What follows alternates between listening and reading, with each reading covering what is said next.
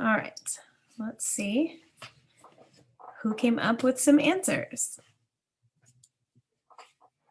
Hi, Samantha. Laura Belwick, what is ecology? Who looked it up? Good, Angelina. Study of distribution and abundance of organisms, their interactions between themselves and their environment. Yep, very good. That could have came from the book. That could have came from anywhere. Number 2, the difference between living and non-living things. What do you guys think? What makes something living versus non-living? Cells, good. Living things have cells. Good, Desiree. Anything else you can think of?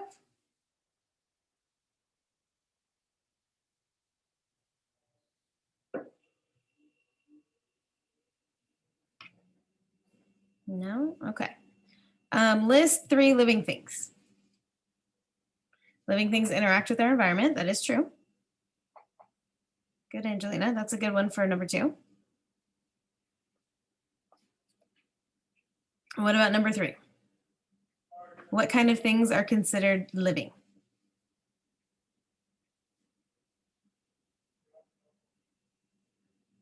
Anybody have an answer? Humans, plants, animals, good. Those are all living things. And then what about non-living things? That is much more abundant. Hi, Heather. Objects like what? Be specific. Water is not living. Good. What are you guys on right now? Or what are you holding in your hands? What should you be holding in your hands? Or what are you looking at? Pencils. Yes, pencils aren't living.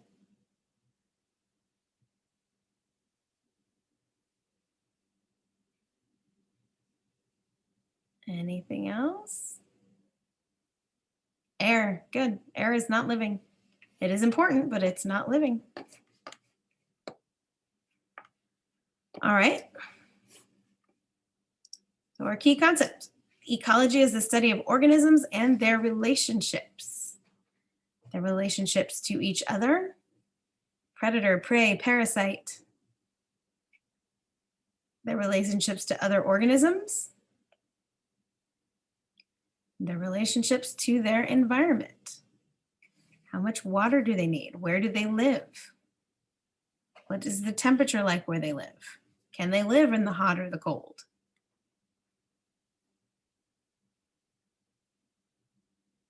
We are doing 2 sections today because they are both short. 13.1 and 13.2.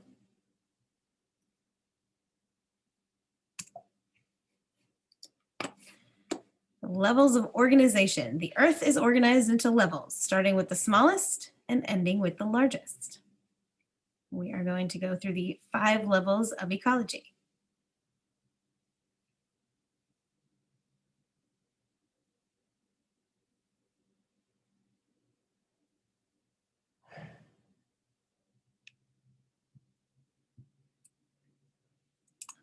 Level 1 is just an organism, any single individual living thing. So we're going to stick with this same picture for all of the levels. And in level 1, in our picture, our example is an alligator. Just one single individual living thing. There are many living things in there, but for our example, we are going to start with the alligator.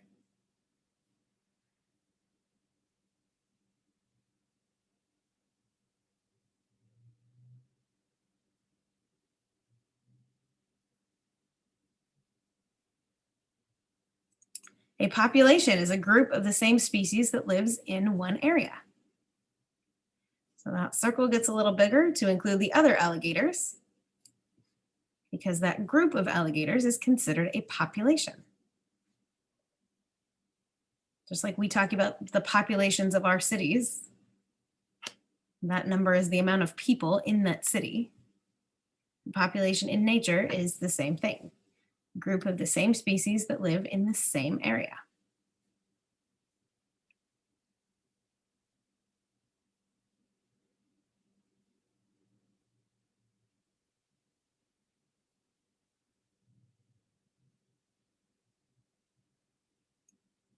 On level 3, the circle gets a little bit bigger. It is a community, is a group of different species that live together in one area.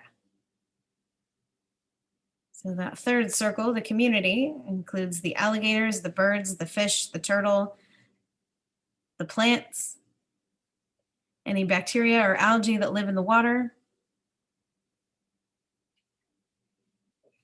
So it's still all living things, but it's all the different kinds of living things that live in the same area.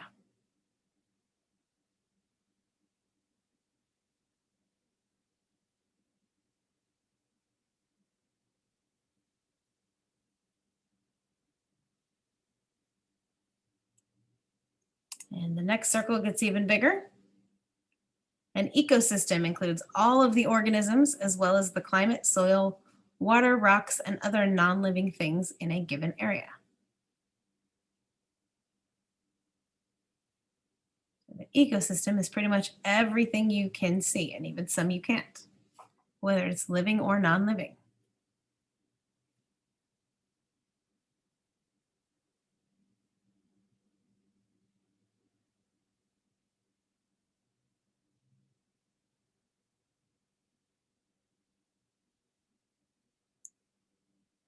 And then the biggest circle includes a major regional or global community of organisms characterized by the climate conditions and plant communities that thrive there.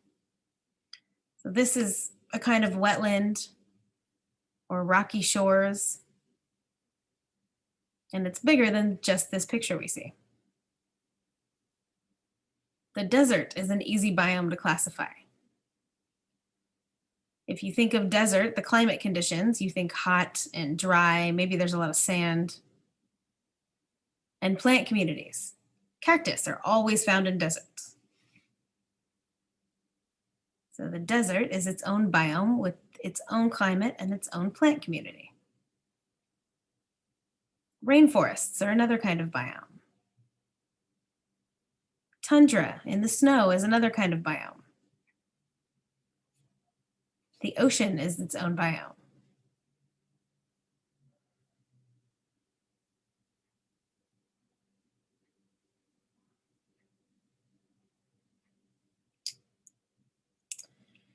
In real science, scientists study all of these levels, all 5 levels, using various methods: observation, experimentation, and modeling.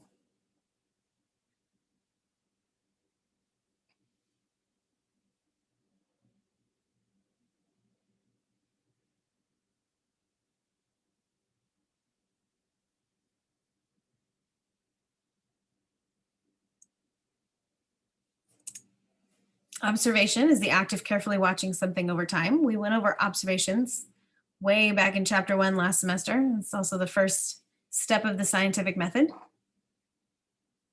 And a lot of scientists, this is what they do. They watch, they observe, and they write stuff down, and they notice patterns. Scientists can study populations and their interactions between themselves, other populations, or the environment. How much space they take up, what kind of space they live in, what do they use for food, how do they hide from predators, are they successful at hiding from predators? They also recruit average people to help them. There's a couple links there.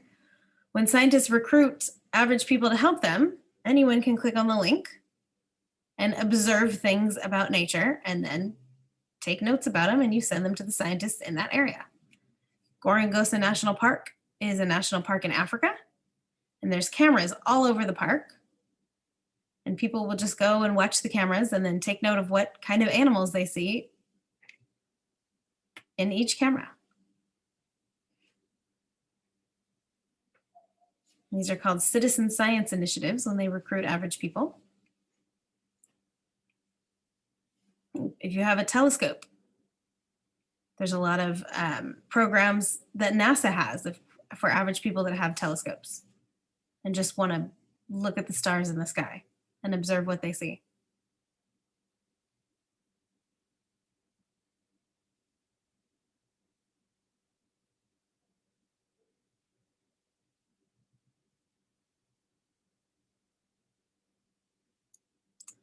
Experimentation. This can take place either in a lab or in the field. Each place has its advantages. Lab experiments give scientists more control, but often will not reflect the real settings found in nature. During field experiments, it can be hard to accurately determine relationships because there are so many variables. If you're just out in the field studying a certain type of animal, what's to say the animal's not going to run off for some reason? And then there goes your whole experiment. But if you keep them enclosed in a zoo or a wild animal park, is that really replicating nature?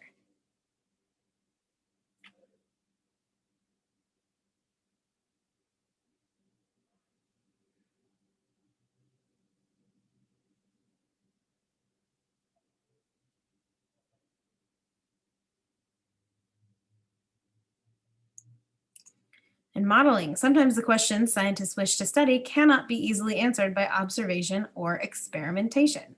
A lot of this has to do with ethical issues. Scientists study a lot of diseases, but they can't go out and give a population a disease just to study how the disease would go through that population. That's unethical. They actually did that to a group of Black people one time, Black men, called the Tuskegee syphilis experiment. They did not treat these men and let syphilis run through the population unchecked for like 50 years just to see what would happen. That is obviously unethical.